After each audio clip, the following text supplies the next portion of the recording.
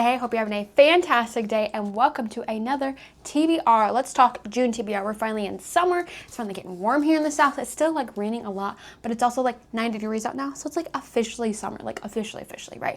I have some really fun reads picked out. I will say I only have 6 books on this TBR. I think it's much more manageable. I picked out way too many last month in May. And then of course life happened and I did not get to read as much as I nearly wanted to either. So that happened, but I tried to pick a much more manageable amount of books this time. So let's just get right into it.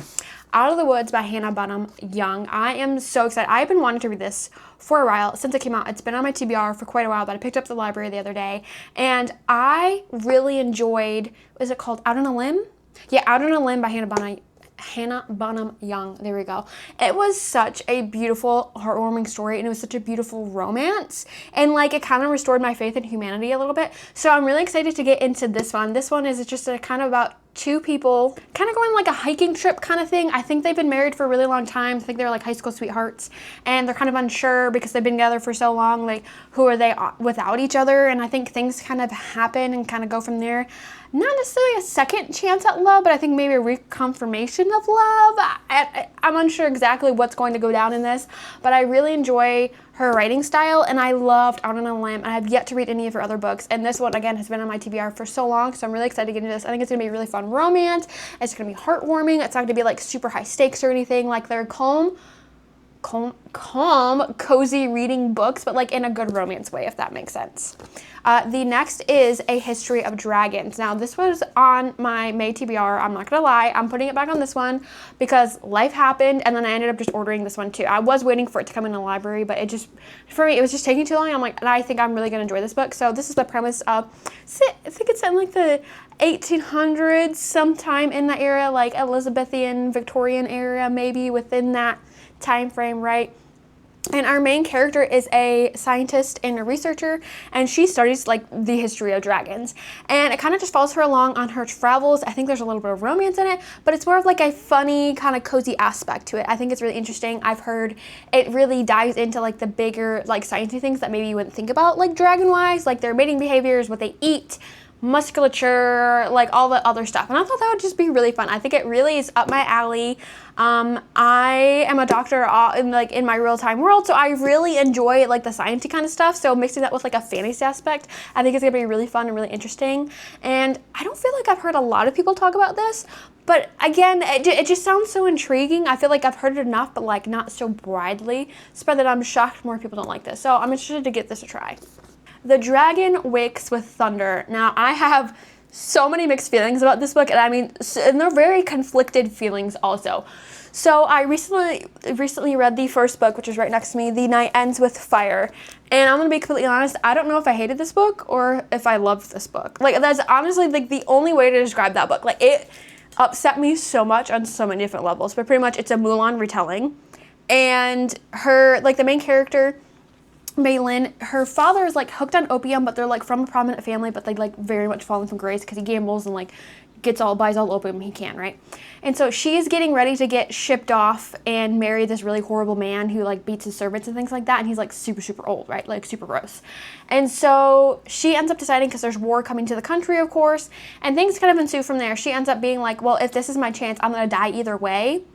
I'm gonna die the way I want to die. And so she goes off, poses as a man, saying she's like the bastard son of her family and of her dad, because of course she's the only girl in the family, and kind of takes his place in the Imperial Army and like goes on from there. It does kind of follow her along the first book. It is revealed, again, this is not spoiling anything, I swear. If you know what happens in Mulan, you're going to know what relatively happens in this book, right? But it kind of follows her along. She just found out that she is actually a woman further on, but she just kind of started to have feelings for like the captain. And of course, she's so much weaker than all the other men. She kind of gets picked on. But there is like a magic aspect to it. They have these like jade pendants or stamps, I think is what they're called. But they kind of are imbued with some type of like spirit from like the magic realm. And I really would like describe this book series as Mulan meets Avatar: The Last Airbender. Like those kind of worlds with the spirit realms and things, because like there's a dragon that she's kind of involved with, and then like a phoenix soul type thing, spirit thing kind of going on. And again, I don't hate this retelling. I just I'm so unsure about it. Like I don't love the character Malin, aka Mulan, right? I think she's very stubborn. She's very selfish too, but here's the thing. There's so many things that happen that like I need to read book 2. I have to know what happens because it ended on such a cliffhanger. Like it wasn't like so awe-droppingly or like, oh my gosh, like I can't believe that just happened. But it happened, so you're just like, that was it. But like how, I want to know how she gets out from there because like it's such a huge question mark as to like how do we even progress from here, right? Like there's such a question, and like I have to know because again it's like I liked it but I also hated it at the same time. But am I gonna like the second book? I have so many questions that I need answered, so I feel like I have to get into the next book, right? So that's what we're gonna do. On to happier tidings, Game On by Navessa Allen. This is honestly one of my most anticipated reads of the year. It's been out for a little while, and I was waiting to get it until it was like on sale because again, like I don't have to have books that are like out like right then and now. It depends on the book, right? But I've been chopping at the bit for this to get this, and I finally was just like, whatever. There was a sale a few weekends ago, and and I decided to just pick it up. I picked up one for me and one for my mom, and I was like, you know what?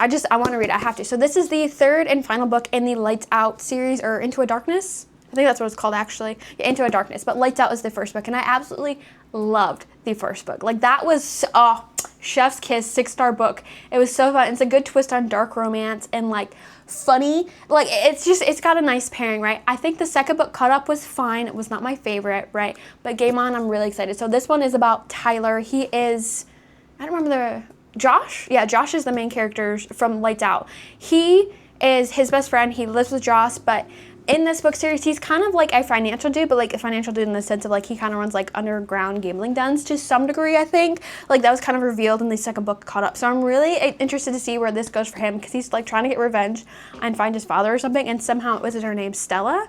Yeah, Stella is our female main character. She's a tattoo artist and she seems like a really badass girl. And like, I think love just kind of assumes from there. This is a dark romance. Please check your trigger warnings if you're unsure of this book. But it's a really fun twist because it's not so dark. Like it's got dark themes, but it's not so dark like you don't want to read it. It's got a really fun dark twist, but also a light, funny comedy to it that I really, really enjoy. So again, I'm really excited to get into this one soon because I've been chomping at the boot to finally read this, and I finally just got my hands on it and I was like, let's read it, you know? Next is Metal Slinger. So this has been on my TBR for a while, and I know it's going to be a finished trilogy. The second book comes out sometime in June, I believe. So I decided, let's just go ahead, let's get on it. I've heard there's a really big twist in it, so that's why I haven't wanted to read it. I wanted to read it until I have 2 books like ready to go or like closely by that I could read quickly if I do end up liking it. But I've heard from several people this is going to be my thing, right? So it's a bit like a piratey type vibe, right? So our main character, she was denied her life at sea for some reason, and so she ends up going to like this market where it's like a kind of a rite of passage for herself with her people, and then something bad goes wrong. She narrowly escapes, ends up going out to the seas, pirating, some type of that sort, and she ends up finding out like all of what she missed out on and like all of the magic and the beings, and things just kind of ensue from there. It's so mysterious. I hear the twists and turns are really crazy. I heard the romance is really good. I've just heard nothing but good things. And again, like of course summer is here, so I'm thinking like yes, no doubt, let's get into like the really fun piratey things. It just sounds really fun. It sounds interesting. It's intriguing, and I'm really excited to read it. And the last is the Seek the Traitor's Son by Veronica Roth. Now, I am throwing definitely a dystopian-esque vibe in here. I feel like it's been a while since I've read a dystopian, and I'm here for it. I feel like summer kind of calls for a lot of dystopian reads. I don't know why, but it just works in my mind, right? But Seek the Traitor's Son, Veronica Roth is the one who also wrote Divergent series, so I'm super excited to read other books from her because I don't know that I have. I don't know that she even has others from hers. Anyway, so I'm super excited to read this. This is about our main character, and in this storyline, fevers kind of occur, right? And then they end up getting magical gifts from these fevers. And it follows our main character. She is some type of guard, and it's like her and a general are pulled out and are pretty much like told by like a prophecy or seer, like, you both have the fates to save our country and you're going to like take over this war, but we don't know which one it's going to be. And so things kind of ensue from there. It sounds intriguing, like, whoa, which one is going to happen? But it's also foretold our female main character is going to find a man who she's going to fall in love with. So it's like, ooh, like kind of spooky but creepy, but like in like a really fun, interesting way, if that makes any sense at all. So I'm like super excited to kind of get into this. This is a new release. It has not released yet. I got it from Book of the Month. I think it was one of my May picks, but I just haven't gotten to it yet. So I'm super excited to get this dystopian back on there, but I'm really excited. I think I have some really good picks going on here For June, let me know down in the comments what you are reading in June, because I'm really interested. Or if you've read any of these, please let me know. I'd love to know your opinion, if I should skip them or if I for sure read them. Just let me know. I had a super fun time talking to you and yapping about these books that I'm hoping to get to read. I think it's a much more manageable amount than I picked out for myself last month, but you know, I like to overbet sometimes. Okay, it happens, you know, it is what it is. But I hope you guys had a wonderful time watching, and I will see you on the next one. Happy reading!